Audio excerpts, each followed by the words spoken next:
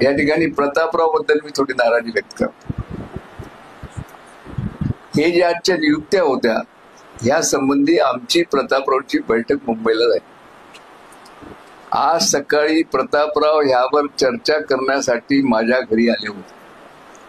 आम्ही सकाळचा नाश्ता एकत्र केला. पण मला मोठं अतिशय दुःख आहे की प्रतापरावनं दक्षिणचं नाव काढलं नव्हतं, दक्षिणचं अनाऊन्स करायचं नव्हतं.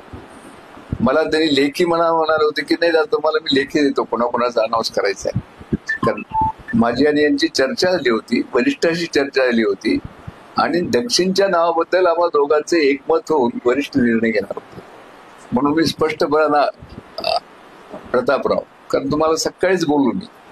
सकाळी तुम्ही माझ्याकडे अर्धा तास बसलात, चहा पाणी झालं आणि तुम्ही नांदेड शहराचं जाहीर करण्याचं मान्य केलं होतं. तर माझ्याबद्दल याबद्दल माझ्या मनामध्ये हे आहे, याबद्दल वरिष्ठांशी चर्चा करेन. बाकी मला तुमच्या सगळ्या कामाबद्दल काही नाही. आणि प्रतापराव, तुमच्या नेतृत्वाखाली आम्ही सगळे काम करायला तयार आहोत. तर थोडंसं आम्हालाही काही स्वातंत्र्य लागेल. तुम्हाला काय मग काय करायचं करा ना. तर सासूबाई म्हणून आम्हाला विचारत ना, काय बाबा तुरीचं वरण घाला, मुगाचं घाला की पिठलं खाऊ घाला, पण आम्हाला विचारा. फक्त विचारतील तसं.